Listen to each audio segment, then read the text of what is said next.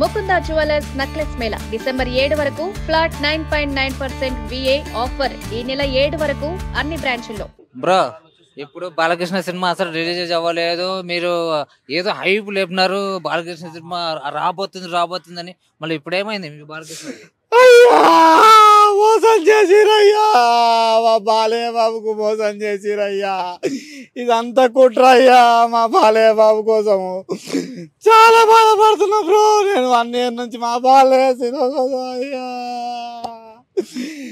National వైజ్గా world వైజ్గా అయితే అనుకున్న కలెక్షన్లు బాక్స్ ఆఫీస్ బద్దలు షేక్ చేస్తారని ఇదంతా కుట్ర చేసిరయ్యా. అసలు మళ్ళీ ఇప్పుడు బాక్స్ ఆఫీస్ బద్దలైపోతుంది, కోట్లు వచ్చేస్తాయి, ప్రొడ్యూసర్లు మంచి లాభం వస్తాయని చెప్పినావు. మరి అన్నా హీరోస్ ఇంటర్నేషనల్ వాళ్ళకి ఈ 14 రీల్స్ హౌస్ 30 కోట్లు వేయాలంట, దొబ్బించుకోవాలంట. ఈ నా కొడుకుల ఆగడు మూవీ ఆ దూకుడు సినిమా తీసినప్పుడు ఇచ్చేస్తే అయిపోవయ్యా. ఇన్ని రోజులు వాడు లేడు ఆ 14 రీల్స్ వాడు. ఇప్పుడు తీసుకొచ్చి మా బాలయ్య బాబుని తెచ్చి ఇట్లా చేస్తే ఇదేందయ్యా ఘోరం. నేను తట్టుకోలేకపోతున్నామయ్యా. నైట్ నుంచి నిద్ర లేదన్నా. ఆర్టిస్ట్ కాస్ట్లో పోయి కూర్చున్నా, రాధర్ సంద్రి నిద్ర లేదు.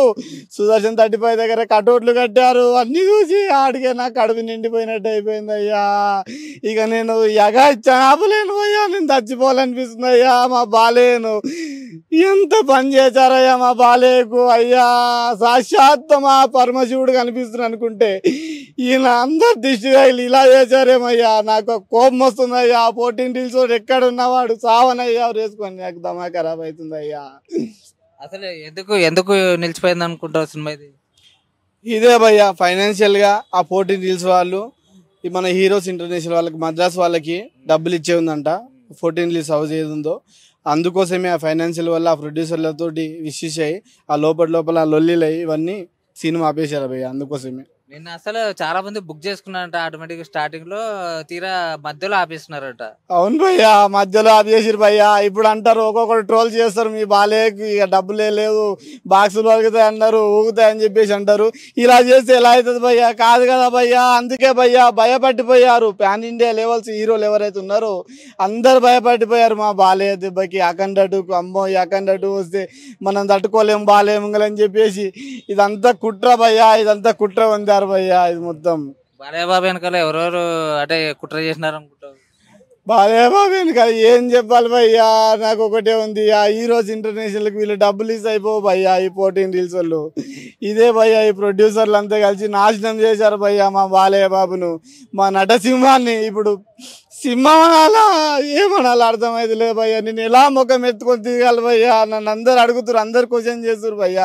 మీ బాలయ్య బాబు తోపంటివి, దేవుడు అంటివి, ఇప్పుడు ఏంది రాని ఒక్కొక్కటి కామెంట్లు పెడతారు భయ్యా. నాకు ఊరేసుకోవాలనిపిస్తుంది భయ్యా. ఆ 14 రీల్స్ ఎక్కడ నన్ను కొడతా భయ్యా, నాకు కోపం వస్తుంది అయ్యా. బాలయ్య ఏందయ్యా, మాకు త్వరలో నేను ఒక సాక్షాత్ మా పరమశివుని లేకొచ్చి మా బాలయ్య రూపంలో వచ్చి చూడా ఈరోజు ఏదో ఒక అప్డేట్ ఇచ్చేసేయండి. ప్రేక్షకులు అందరు వెయిట్ చేస్తున్నారు, చాలా సతమతం అయిపోతున్నారు అయ్యా. తొందరగా ఏదో ఒకటి జరగాలి ఈరోజు ఈవినింగ్ వరకు. టెక్నికల్ ఇష్యూస్ అని చెప్పినారు ఫస్ట్.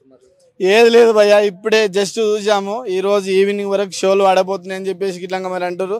సాక్షాత్ మా పరమశివుని వేడుకుంటున్నా ఈరోజు ఇప్పుడు ఈవినింగ్ వరకు షోలు ఆడాలని.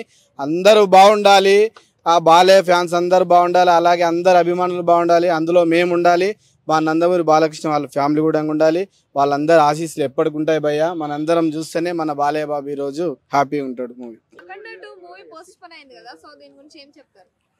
నాకైతే ఒక బాలయ్య బాబు ఫ్యాన్ గా చాలా బాధగా ఉంది. దీని వెనక ఏదో కుట్ర జరిగిందని అనుకుంటున్నాను. ఎందుకంటే ఆఫ్టర్ 40 కోట్ల కోసం సినిమా అయితే ఆగిపోదు కదా. చాలా మంది ఏమన్నారంటే ఫైనాన్సర్స్ కి 40 కోట్లు బాకీ పడ్డారు ఈ సినిమా అఖండ ప్రొడ్యూసర్స్, అందుకే ఆపేస్తారు అంటున్నారు.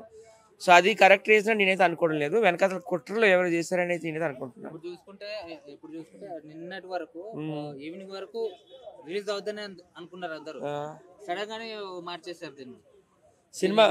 సినిమా వాళ్ళు నేను ఏదో ఒక ట్విట్టర్ చేశారు, ప్రొడ్యూసర్స్ సంబంధించిన వాళ్ళు ఏమన్నారంటే టెక్నికల్గా కొన్ని ఇష్యూస్ వచ్చి అందుకే వేయలేకపోతున్నాం అని అన్నారు. కానీ టెక్నికల్గా ఇష్యూస్ మరి అమెరికాలో, ఆస్ట్రేలియాలో, ఇంగ్లాండ్లో వేస్తారు కదా, ఇక్కడ ఎందుకు వేయలేకపోతున్నారు? ఇక్కడ ఎవరో కుట్రలు చేస్తారని నేనైతే అనుకుంటున్నాను.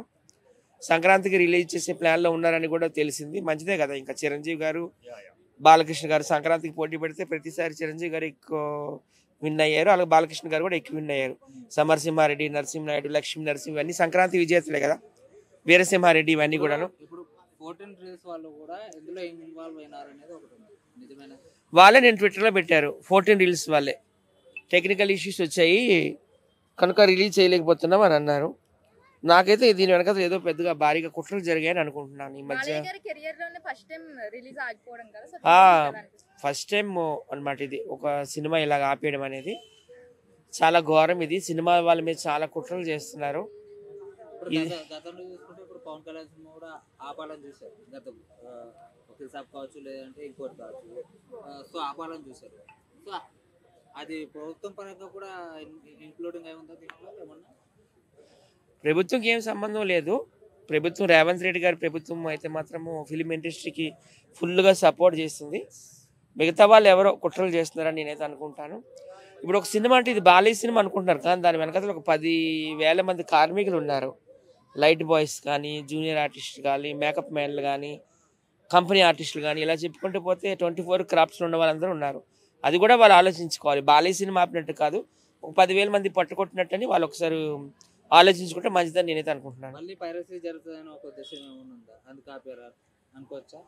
కాదు ఐబొమ్మ రవి ఇప్పుడు లొంగిపోయాడు కదా, ఇంకేం పైరసీలు ఇంకెవరున్నారు చేయడానికి? ఐబొమ్మ రవి చేసింది కూడా కరెక్టే కదా. టికెట్ రేట్లు ఒకప్పుడు 100, 150, 1500, 2000కి వెళ్ళింది.